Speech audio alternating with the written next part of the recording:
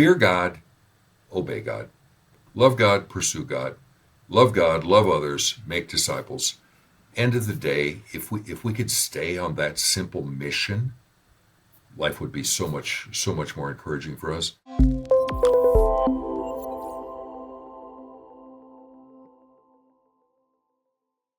Welcome to the broadcast. This is Michael Easley in Context, and I want to introduce you to a book that ostensibly, I would say 3 years now, this has probably been the most important and enjoyable book I've read. And we've had a hard time getting Dave Gibson on the program. He has a PhD from the University of Auburn. He ministers in Trinity Church in Aberdeen, Scotland. And he's the co-author and editor of a lot of books. From Heaven He Came and Sought Her, and author of Reading the Decree, Exegesis, Election and Christianity, and Calvin and Barth, and so forth and so on. So it's great to have Dave Gibson all the way from Scotland on the program today. Michael, I'm so sorry. I live in Idaho. This is a different Dave Gibson. What? You're not the one that wrote this book? No, I accepted this invitation because I thought you wanted to talk about my books. We talked about your books already. Oh, okay. How do we get you? What are you doing on this program? We got the wrong Dave Gibson. I mean, I can hang up. I don't know. Well, it's a book you should have written. I've said 100 times, I wish I had written that book instead of the ones I did. Seriously. Well, this book came from you, and I still have the note you wrote me 3 Christmases ago, and it is a both you and I have taught to the book of Ecclesiastes, and this is one of those books I wish it was written when I was teaching Ecclesiastes. But you actually have been teaching Ecclesiastes in a church you're serving right now. Well, Michael, I taught Ecclesiastes in 1995 at a previous church. Had a wonderful time with it. It was a kick. I also used part of that sermon series and part of the book of Ecclesiastes for my doctoral dissertation and just enjoyed it ridiculously. Now, as you're personally aware, having read the book 3 or 4 years ago, I, through no fault of my own, became an interim pastor. No fault of your own. Yeah, I was minding my own business. I was in the cheap seats. And so I said, okay, if you're going to call me into this work again, I'm going to preach Ecclesiastes again. And this time I'm preaching it with the benefit of David Gibson's book, and it is brilliant. Okay, we have to tell the story because you are actually an author of 3 great books, and I've interviewed, I think, 2 of the 3. Travel Required, 90 Days of Worry. 90 Days of Worry? Yeah, that's the summer I spent as a wheat harvester when I was 16 years old. It was a profound summer for me. I had a very interesting time. In My Father's Wake, How an Anxious Boy Learned to Love a Difficult Dad. And that book I've given away to many, many people, and you've been on the program before. If you haven't read that book, go look at our interview and order that book. It's a great, great book. And that book was a finalist for the Christian Independent Publishers Association in 2023. And then your newest book, Treasures Along the Road, Ideas That Change Choices About Faith, Family, and Friends. And yours truly is, I think, subversively mentioned in that book, maybe once or twice. Yeah, you're mentioned many times, without credit, of course. Thank you. That's okay. I don't like to credit you for stuff. We like to keep it that way. You came to faith when you were about 19 years old, and you were a forestry graduate from the University of Montana, and you worked for 7 years in the forestry service, and you put out a lot of fires. You also went to Dallas Theological Seminary, earned your THM and your DMin there. You taught full-time at Alaska Bible College. You have served at Christ Community Church of Idaho Falls, Cypress Bible Church, Houston, Texas, East West Ministries, which is a fascinating ministry serving countries all around the world. You retired to Eagle, Idaho, and you speak in churches and retreats, etc. And as you said, you were minding your own business, and now you become the interim lead pastor at Faith Community Bible Church in Boise, and the name of that website is the same, right? Faith Community Bible Church. People can watch your sermons on YouTube. They have a very interesting website, which I actually love. It's called satisfiedinjesus.org. So Yeah, we'll put that in the show notes.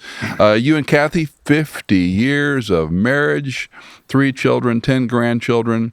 Your hobbies are too long to list, but just put it this way. Dave can do about anything. He can camp, he can cook, he can read, he can work with wood. He's built some things for me. He likes to write. He's visited every continent and every state, and you've been in 45 countries around the world, and you keep these records for some reason. I don't remember most of what you just read, Michael. And if you're really bored, you can go to corkingoodsermons.com, and that's CORKIN, corkingoodsermons.com, where he has a humble website. All right, with all that, why are we talking about this? We're talking about this because I think 2, maybe 3 different times we reached out to the Dave Gibson, and he declined to come on the podcast. So I thought, well, I'll talk to Dave Gibson about this book, whether he comes on or not. So since you sent me the book. So let's talk about the book, Michael. But before we do, I want to regale you with a story. Oh, please do. So my neighbor lady, fine person, heard that I had written a book. She got on Amazon and searched and found my book. And then she found I'd written others, and so she bought 4 books. And she sent me a picture of the 4 books together. It was my first book, my second book, my third book, and then it was a book written by a man named Dave Gibson. Called Living with Sasquatch, a Primer. So whenever we can get that Dave Gibson on to talk about, he has 3 books on Sasquatch, Michael, and 3. Okay. Yeah. Okay. He's got one called Living Among Little People, a guide for Sasquatch. Okay, no charge for that. My wife wants to get one of those metal cutouts of Sasquatch. We have a little cabin, and she wants to hide it in the forest. So when our grandkids go out there, it freaks them out. We'll move it around from time to time, she says. Brilliant. I went to high school with him, but I haven't seen him we lost touch. So different high schools, right? Yeah. That was a line. We went to different high schools together. Okay, when did you first read this, and give me some early observations and why it really ministered to you? So, Michael, I first read this, I think about 2018. I retired in 2019, moved here to Eagle, Idaho, Boise, Idaho. And the book was profound to me, number one, because I've loved Ecclesiastes a lot. I preached it in the past. I had written part of my doctoral dissertation on it. Just a fascinating book to me. Completely out of step with the rest of the Bible in terms of its format and etc. But it's been a fascinating book. I read the book. It had a big impact on me because I was getting up there and I was aging and I was thinking, okay, I want to finish well here. And this man had so much to say about how to finish well. So we had moved to Eagle, Idaho. My parents, when they passed away, had done nothing about the end of life. I mean, they had a will, but they had no plot, no do I want to be cremated, nothing else done. We had a royal scramble to get them situated. I said, I'm not going to do this to my kids. I'm not going to pass away. I'm not going to have a heart attack someday raking leaves and them going, well, I wonder what he wanted, So Now wait, to interrupt your story, our good friend George Bulcorny believes you should leave it all to your sons so they have to deal with it as an inheritance. Now, I am leaving something to my kids to deal with, which is 72 years of accumulated stuff. You may see from my office that I've accumulated some things. I was going to clean it up before I died. And then I said, but you changed your mind, yeah. I did it for my parents and my in-laws, and so they can deal with it. So, but I want to do a better job with some of the other basic stuff. So I made some decisions, bought a funeral plot, read David Gibson's book, in which he said, you have to live life backwards. You have to look at the one thing that is certain in the future, which is your death, and say, since I know this is going to happen, let me work backwards and make that happen in a way that honors God. Well, anyone that picks this up, and again, we'll have information in the show notes so you get the right Dave Gibson and the right book. He starts out, here's why I wrote the book. I am ready to die. And for you and me, we're like, okay, you have us right there. Now, a lot of friends are going to be a little bit, ooh, I don't like this discussion. But then he talks about Christopher Hitchens quotes Scottish poet William Dunbar, "The fear of death distresses me." Hitchens commented, "I would not trust anyone who had not felt something like it. I know what it means, and you probably do as well." And then he goes on, lest you think he's morbid, he says, "I'm convinced the only proper perspective on death provides the true perspective on life." And that's, again, you and I talked about, I probably underlined, no, I don't probably, I have underlined every page of this book extensively and written notes in the margin. And I think your comment about Ecclesiastes is important because we had a great professor, Howard Hendricks, and with the Lord, but Prof said, when you set goals each year, always take on something that's a little threatening or challenging.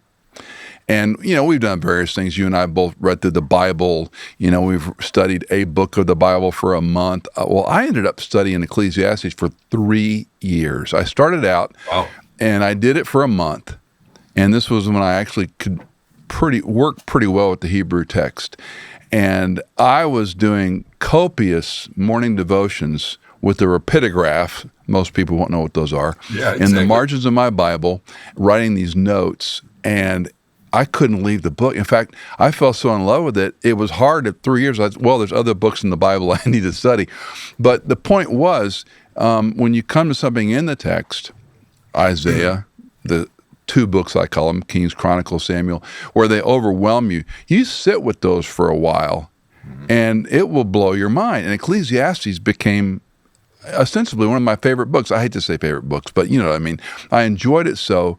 And we'll get back to this, but let me ask you now, when you think of Ecclesiastes and you're teaching it, sum it up in a sentence. What's the story of Ecclesiastes teaching us? Well, I think Ecclesiastes is teaching us life is a stinking mess. And I have to live with it, but I don't have to despair about it. I can live in a way that's honoring Christ in it. Now, David Gibson was far more eloquent than that when he says, the book teaches us to live life backwards. It teaches us that life is a gift and not a fight. Now preaching through it again, Michael, I mean, the number of passages that just talk about the challenge and the difficulty of life and the things you can try to do. You can try wisdom, money, escapism, anger. There's all things you can try to do. Some are better than others, but nothing makes life work. It's only relationship with Christ that makes life work. And even with that, if you're not focused, it's just going to be a massive frustration. And preaching through it the second time, Michael, I'm almost apologizing to people and saying, hey, we're going to talk again about the brevity and the difficulty of life, and there's really no joy in this sermon today, but I'm going to stick something in at the end. Hang with me, yeah. Yeah, I'm going to stick something in at the end. That doesn't come from Ecclesiastes, just so you don't get depressed, You have to adopt what I used to do. I'd say, another cheery Michael Easley sermon. Yeah. Another cheery Dave Gibson sermon. No, it's gotten a little funny, Exactly. He writes, Ecclesiastes makes a simple point. Life is complex, messy, you mentioned, sometimes brutally so. But there is a straightforward way to look at the mess. The end will put it all right. The end, when we stand before God as our creator and judge, will explain everything. Now, that's altruistic. That sounds great. But if I'm on this sod 80, 90 plus years, that's a grim omen almost. It's, it'll be okay when you're dead. I mean, there's that. So where do you find the joy in that? And I would go to his comment, there's nothing better for man than to eat and enjoy, I would say, the stuff of life. No, definitely. Isn't there joy in these things? Yeah, there's definitely joy in it. His statement, life is a gift. It's not a fight to be won. I have spent most of my 72 years saying it's a fight to be won. I've got to get the money together. I got to pay for my son's braces. I've got to, fix some mess at the church. My garage is a mess. My car broke down. It's being towed today. I mean, it's been a fight. But if I let that be the metaphor for the life God gave me, I think I'm off track. It's also a gift. I mean, there's good pieces of it. There's stuff to enjoy. And when I lean on him, I can experience a lot of those things. And there is truthfully, Michael, some comfort in saying, but someday it's going to be right. In eternity, I'm going to stand before God, and I'm going to say, believe it or not today, it was worth it. I would do all of that again for this moment. So part of what I do is I disciple myself with that day, and I work my way backwards and say, I really do believe this, and therefore my life is different. Michael, I was on a cruise ship a few years ago, and my wife was not with me because she didn't want to go to Antarctica, thereby saving me a trainload of money. Thank you. Understandably, right? But I'm at this one table, and a guy is sitting with me and my friend, and I got into a gospel conversation with him. He was 62 years old, a retired accountant, terribly overweight, horrible health. When we'd go out on treks, he was miles struggling, yeah. Yeah, I was struggling horribly. And I got into a gospel conversation with him, and I started in the gospel, and he put his hand in my face like a policeman stopping a car, and he said, I don't like to talk about this stuff. I don't like to think about this. I'm not going to listen to this. Wow. So his life is going to end the same as mine. Yeah. But he doesn't want to think about it. I need to think about it because I'm connected with reality. And this statement that he's talking about here, God is creator and judge, and that's going to make everything right. He's creator. He is sustainer. He is a redeemer. He is culminator. He is recreator. He is judge. I've got to calibrate my own life with all of those realities. Well, I'm thinking of Joseph's comment, you meant it for evil, God meant it for good. I'm thinking of James' comment, life's a vapor, the brevity of life. And we do tenaciously cling to the here and now. And, you and I we're in very similar chapters, the so-called last quarter of our life where the runway is getting short. And maybe it's more prescient because now, it really becomes real. We've buried our parents. We've officiated a lot of funerals. And there's a sobriety to that going, you just don't know. You and I have talked about the Zinzendorf quote he puts in his book, preach the gospel, die, be forgotten. And you sent that to me once. You like to collect quotes. And I thought, that sounds really good. But boy, it smacks against, what about our legacy? What about, leaving a legacy of our faith and finances to our children and helping our grandchildren have it a little easier than we did? It's sort of this tension. Well, I don't know the answer, Michael. I know this. Okay. Listen, wait a second. I'm not done. Interview's over. What is your great-grandfather's name? My great-grandfather was Sylvester Bartholomew Easley, I think. You just made that up. No, because it was James Bartholomew, and my dad's Joseph Richard Bartholomew. I actually looked this up once. Now, beyond that, I'm just going to guess. Okay, I know. I get it. I don't know my great-grandfather's name. None of us really do. And we don't know our maternal great-grandmother's name. That's unless you're a genealogy person. So here's the deal. When I'm gone, my grandkids, they don't know my dad's name. They don't know what he was like, what he accomplished. It just goes away quickly. So I totally agree with, let me leave a legacy. Do your grandchildren know your name?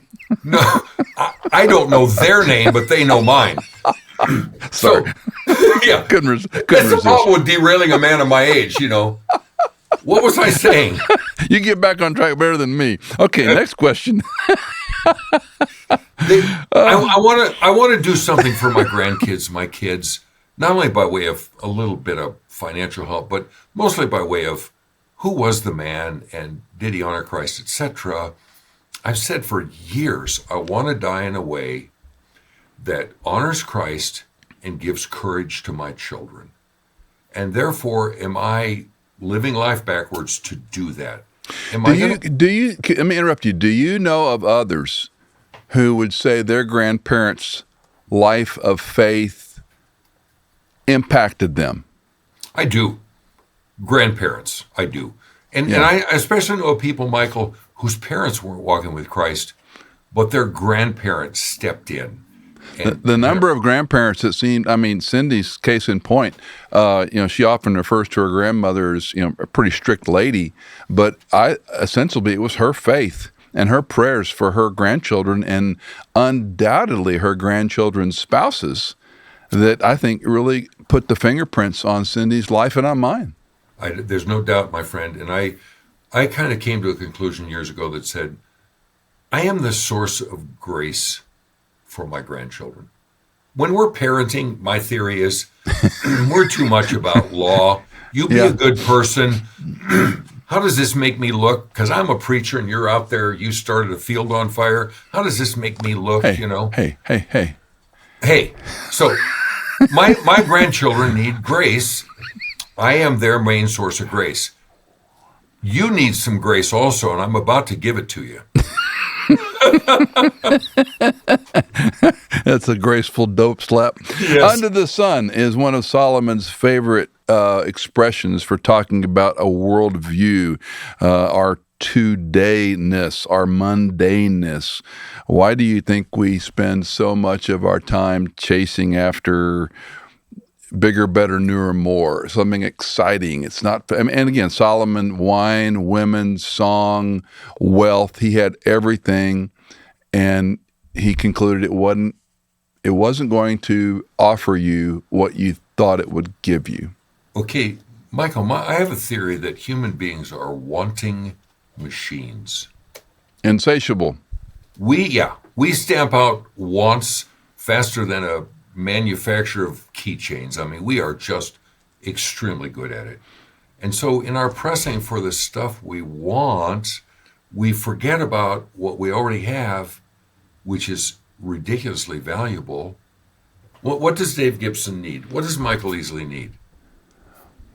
Well, in under the sun sense, nothing. Nothing. I have a warm home. My car starts. I'm not worried about the grocery bill next month. I don't need anything. So I have what I need for life and for godliness, 2 Peter 1:3, but I just can't get my heart and my head around that reality. You lost me at stamping out keychains because most people don't have keychains anymore, Dr. Gibson. Well, They're keyless entries. They use their phone. Don't you know these things? when did that start? Hey, you kids get off my lawn. Okay. There was one quote I wanted to read. There were about 50, but this one was on one of C.S. Lewis's. He writes, "We search for something new under the sun. We're searching for absolute novelty, and it does not exist. The pleasure of novelty is by its very nature more subject than any other law of diminishing returns." And that's attributed to C.S. Lewis. The pleasure of novelty is at its very nature more subject than any other law of diminishing returns. That's pretty sober. It is, Michael, and you and I have both experienced it firsthand. It's not like it's just a theological concept, but you get into something that you absolutely love, and the more you do it, the less it returns to you. And that's why the entry drug of choice keeps going up to some other level of whatever it's going to give you.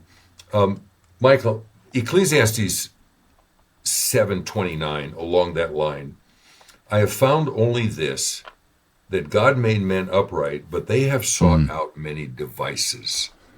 In other words, God created us good, and we said, this is not what I want.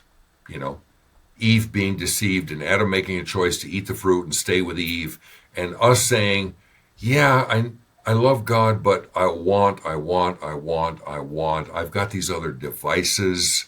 I'm digging my own cisterns, broken cisterns that won't hold water, diminishing returns. I was in a foreign country recently, Michael, where they had a swimming pool that leaked so badly and they couldn't afford to fix it. that it had two fire hoses running in it 24/7 to keep it up to the level so the guests could swim in it. That's a broken cistern. It's diminishing returns. And Wow. It's a metaphor of us. Yeah. One of the more convicting, less enjoyable sections was his discussion on envy, which picks up about page 70 in his book. And most of this is underlined, but let me just set it up, some of the things he writes about. Envy has long been considered one of the 7 deadly sins, and for a very good reason. It is so subtle. Consider the old saying, any friend can share your sorrows and failures, but it takes a true friend to share your joys and successes. Boy, isn't that true? Deep down we envy. When our friend falls flat on his face, our sinfulness is such that we watch him mess up and even give him a hug. His failure makes us feel better about ourselves. Deep in our hearts, we want to be noticed and to be the focus of attention. And that desire is capable of driving all we do and the reason we do it. If I envy you through loving you, because I love you only when I get something from you, then not only am I engaged in oppressing you, I have a cancer that eats at my heart and can destroy me even as I destroy you. This is because I've dressed up my selfishness in generosity and deceived both of us in the process. And this one, I read it over and over in this section because, in truthfulness, I mean, that's a double-edged thing. I mean, when your enemy suffers, when some Christian prominent person gets in trouble, you say, we need to pray for so-and-so. But boy, that Romans 7 thing in me creeps up. Michael, it's so brutal, and I've experienced in my own life so much. I know you have as well. And so the question is, how do I get to the place where I love others so well that I rejoice when they rejoice, and I grieve when they grieve, and it's a genuine rejoicing and it's a genuine grief? I mean, that's a matter of personal maturity and leaning on the Spirit, etc. I think I'm better than I was 40 years ago. I'm not done by any stretch. But, I remember when Michael Easley became the president of Moody Bible Institute. Big time guy. And here I am, pastoring Podunk somewhere, and I'm saying to myself, oh, look at my friend Michael. And look at me. So I'm better than I was. We'll leave it right there. Okay, he ends this section with the Chesterton quote, there are 2 ways to get enough. One is to accumulate more and more. The other is to desire less. Totally true, but I think the second part is true. Desire less. But to accumulate more and more is diminishing returns, my friend. You and I know that. It's diminishing returns.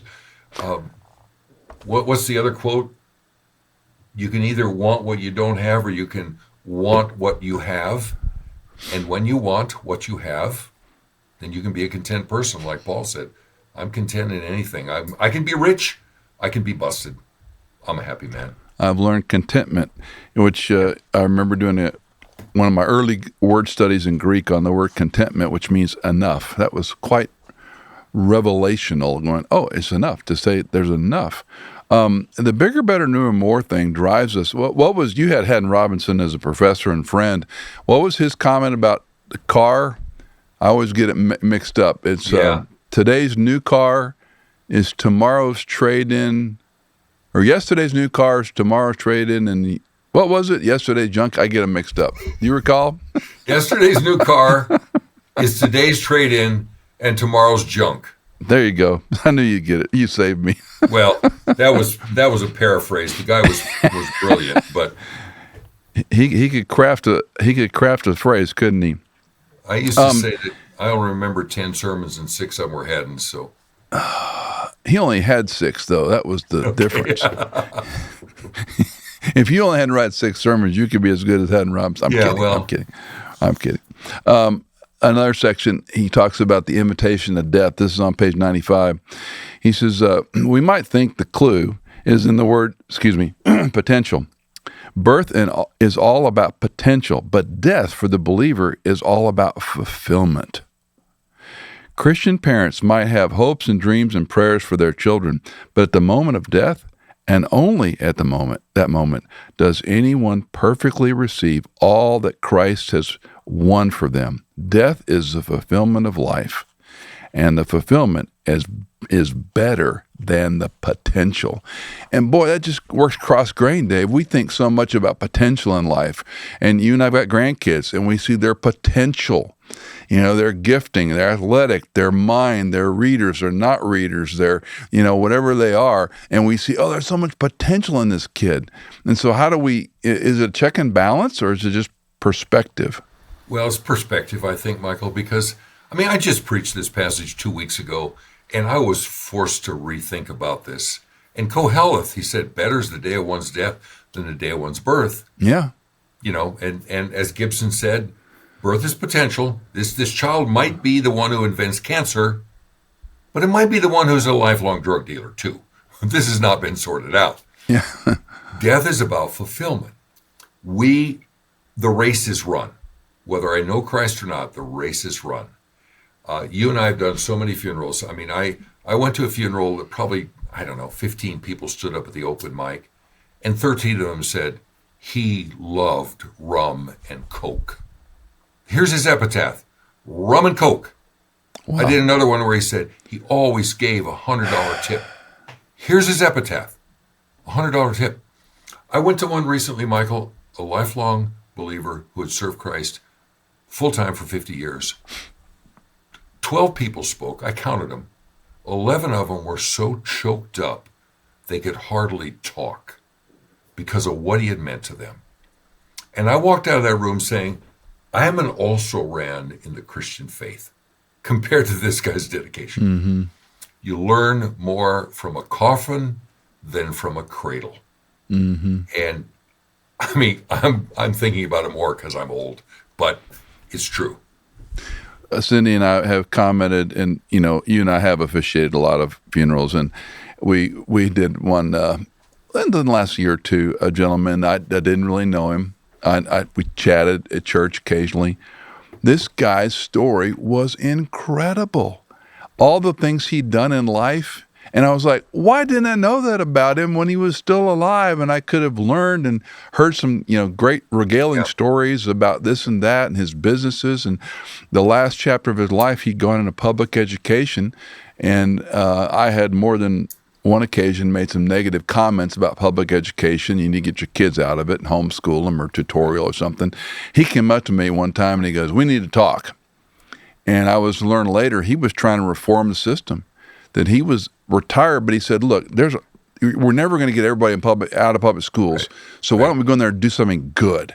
And there were just so many things about it. And again, rum and Coke would be a sad epitaph, but I guess that's you and I also talked about Randy Alcorn, and some of his comments popped into my mind reading Gibson's book on living life backward. We're built for a home we've not yet seen. Yeah.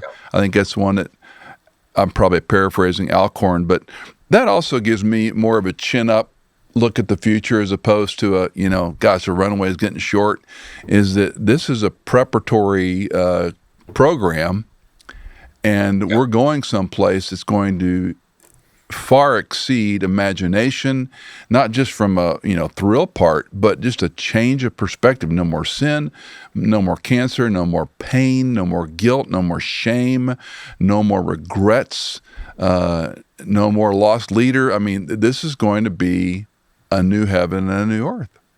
Well, Michael, God wired in us the heart for home. I want to be home for the holidays. I want to go home and see my parents. I want to be home with my kids. It's wired in us. And Randy Alcorn said, your home is a place you've never been. And that to me is so crazy profound. That's why I did my dissertation on the sojourner, that we are temporary residents. We have a green card. We're expected to work. We're not on vacation. But don't make yourself at home. That's been so profound to me. Michael, let me follow that up with one more thing. This whole issue that God made man upright, but we have sought our own devices. Mm-hmm. And Derek Kidner has a comment on that passage in which he says, sin was clearly our fault, but it is not our fate. And I thought, that is thinking Only brilliant. like Kidner. Yep.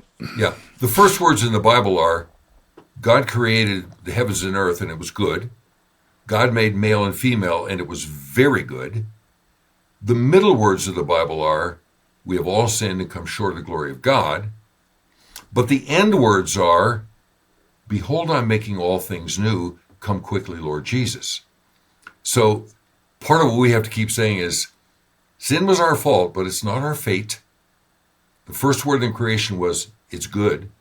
The middle word was sin. And the last word, I'm making all things new. And that's part of the way we disciple ourselves as we live under the sun.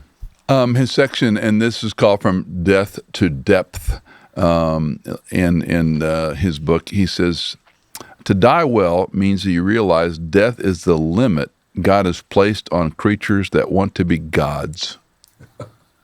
I thought that was gold.